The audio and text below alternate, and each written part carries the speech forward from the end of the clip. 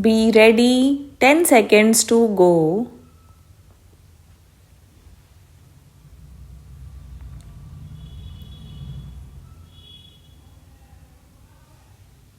Start.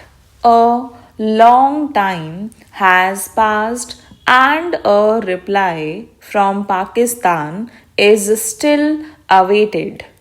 It is a strange situation. We wanted to recall our representatives.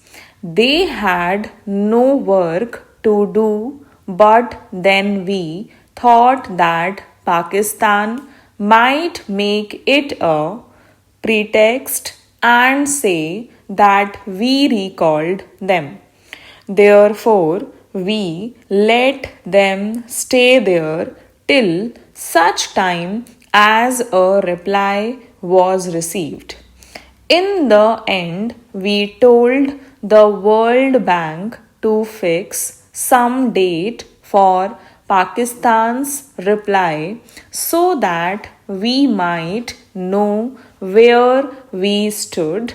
Otherwise, a whole lifetime might pass in waiting. They accepted our suggestion and told Pakistan that they should reply within a week whether they accepted the principle or not, with details to be settled later. When they did this, Pakistan showed signs of life and began to run about. In the end, their honorable minister undertook the long journey to Washington. Many things were said about the issue, neither yes nor no, but that they would consider, and so on. The World Bank told them that this reply amounted to a rejection. Should it be taken that they had rejected the proposals, or had they something more to say? Pakistan saw how the matter would end. They felt that if they rejected the proposals and India accepted them, the consequences would perhaps not be good for them, because the effect would have been that our interim agreement would come to an end, the discussions would end, and the World Bank's suggestions to us to pay them crores of rupees would become ineffective. The rights of both sides were clear. Then the World Bank asked Pakistan to give a clear reply.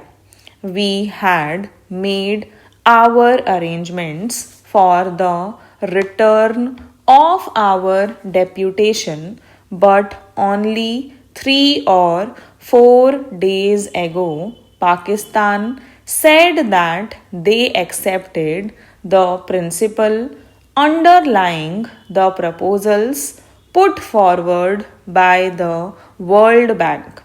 But they added that they could not give a final reply unless the whole picture was before them. This is the same old legal quibbling. On one side, they say that they have accepted the proposals, and on the other, they keep the door open for escape on the pretext that they have not seen the full picture. This is where matters stand at present.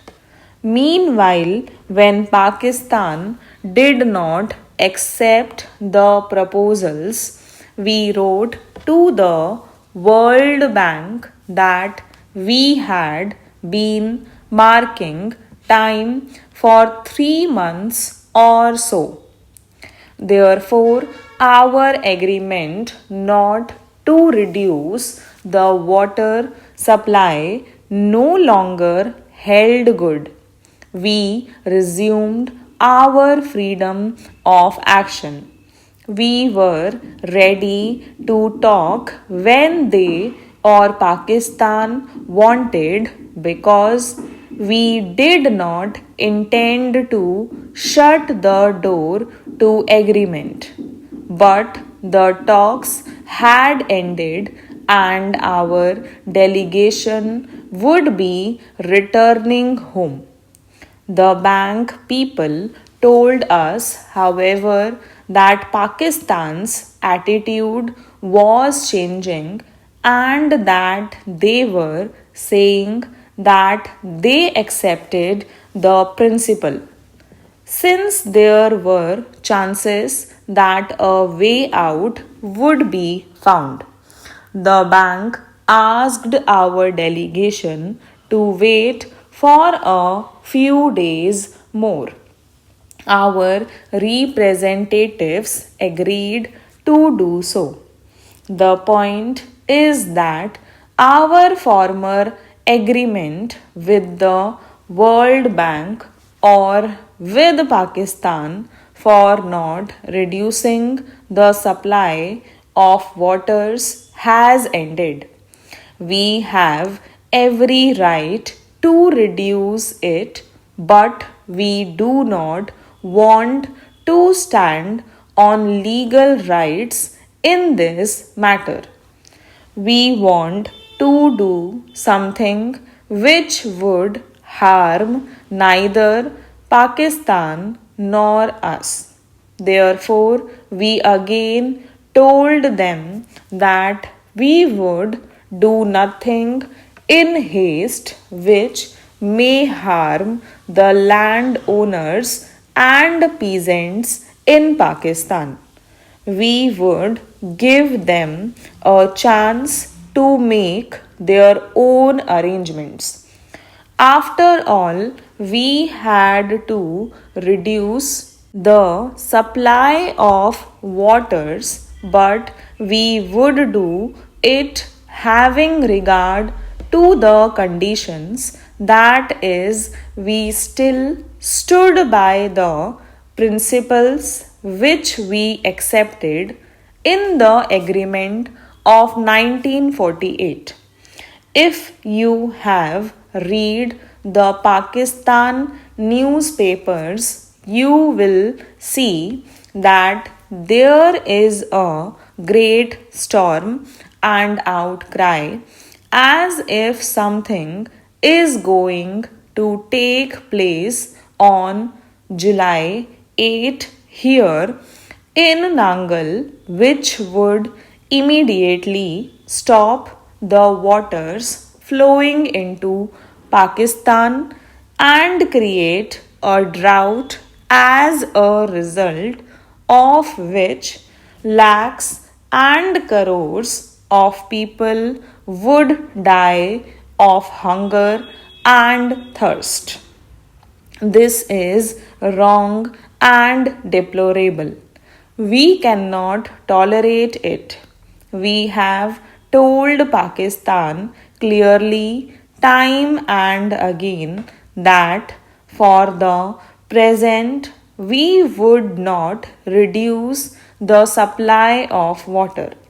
It is a fact that they have built one or two canals from which they can take some water.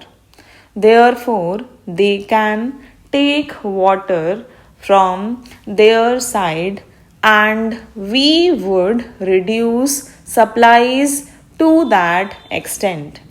This would not reduce their total supply of water. If they could build some more canals as they intend, then this process would go on. The exploratory talks held under the auspices of the World Bank made it clear that there is no dearth of water, only an arrangement to bring the waters to the desired directions was lacking. It is evident that on our side in East Punjab, we have no other source of water than the Satluj. You can see that from the map. Stop